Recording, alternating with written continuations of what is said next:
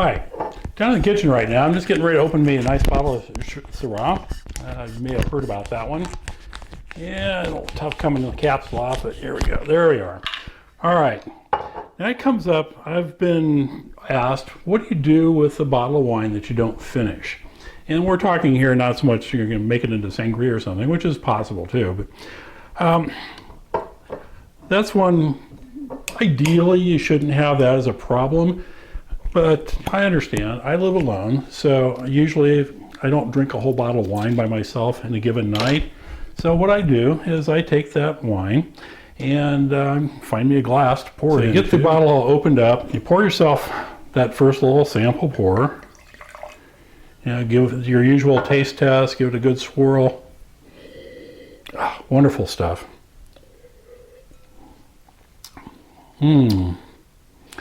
A little on the tart side, probably needs to breathe a bit more, but okay. So the question really is though, all right, we'll assume I poured that glass out, maybe even had a second glass, but that gives me quite a bit in this bottle left over. Now, I obviously don't want to throw it away. It's perfectly good wine. Now, wine will keep. Now, this being a Syrah, it's a red. It doesn't necessarily have to be kept at room temperature. Excuse me, it doesn't necessarily have to be refrigerated. So, got some options here, and I'm going to show you what I like to do with them. Now, if I'm out having friends over and we've poured our first glass, maybe it's just two of us, and we're sitting there chatting, we pour a glass, and we know we're going to have the rest of the bottle. We're just not going to have it that second. So I like to have a variety of little stoppers. Here's one that my son gave me actually, is a kind of old present, and I've used it quite often. You might occasionally see it in the sticking up in the corner of videos when I've got wine on the table or something.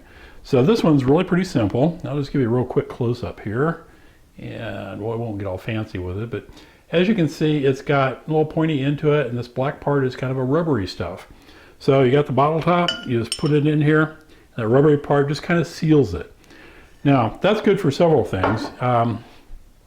If you're outside, it keeps all the little creepy crawlies from going in and flying in, and nothing worse than pouring a glass of wine and having a little guy swimming around at the top of it. So it's good that way. If you're also outside and the wind's blowing and it's dusty or dirty, keeps that stuff out too. Now there's with this type of stopper, these are not super tight, but if you should happen to bump it and knock it over, you got a pretty good chance of being able to pick it up before you spill the whole bottle. So that's a plus there. And I do like to keep them stoppered even when I'm inside. Now let's take a look at another one. This one I got right here. This is this little silicone job. It's got a little fuzz on there. It's pretty simple too. Now this one, no, it's rubbery feeling. It's silicone, but feels like rubber. Just take that and push it in, and you're stoppered. And it's pretty watertight or wine tight. And a little twist, comes right off. Okay, those are good for just kind of the intermediate, and if you've got a group over and you have several bottles open, it's good to have some kind of stoppers around, because you might get 4 glasses poured and then that 5th glass just sits there for who knows how long. So it's good to have them kind of protected that way. Now, what I do around here is I found another one some time ago. Now this little stopper is real different, and I'm just going to give you a close-up here. You see that little thing at the top? Let's see if I make it open up. It's like, if you squeeze it, oops, you can talk. I'm a stopper for the wine. See that? Oh, wow. Okay, yeah, so much for voices. It's also got some little flanges here. Now this one is a little different though. Now when you see that little hole, and you can't probably see the light through it, but when you squeeze it, it opens up a little hole. Well, you put that in the wine bottle, and now you got this other little cute device. And it's like a little suction pump. And that fits right on the top. It fits very tight. So then you set that down on something solid, and let me okay, so now you sit down on a solid countertop, you hold on to it with one hand. Let me show you again, that just fits right over here.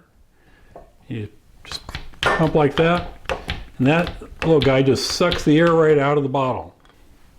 Now, of course, that's not going to be a perfect vacuum, but it does get the air out, and it makes it easier to store, especially if you want to do this with a white and you want to put it in the refrigerator. You can actually turn it on its side and not have to worry about it. So now once that's on there, it's not that hard to get off. You just take a hold of it, give it a little squeeze, and listen. Hear that? That just let the air back in. Now it just comes right off with no effort at all, and you pour your next glass. So those are a couple alternatives I like. There are some real fancy things. There's one where they say if you have a little nitrogen thingy that you fill the bottle up with nitrogen, then you put the stopper on it. That keeps it from oxidizing. So yeah, that's fine. That's a little bit more than I want to go to. Usually if I open one up and don't finish it that same day, then I'll finish it the next day. And keeping most reds, and most whites for that matter, keeping them overnight, if they're stoppered, that keeps excess oxidation from happening.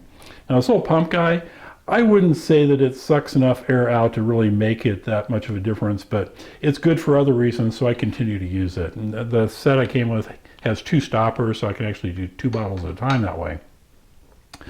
But anyway, I try not to have that much open at once. So that's some alternatives. I don't recommend trying to push the cork back in.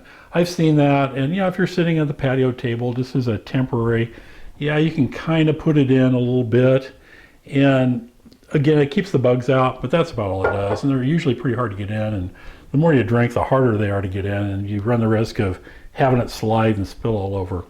So I would say invest a couple bucks, get something like this, or maybe something like this one, a little fancier, and go for those. They're not expensive. They're good to have around.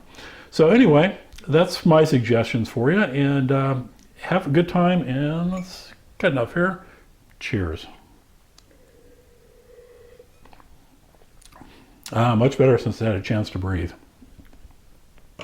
See you next time.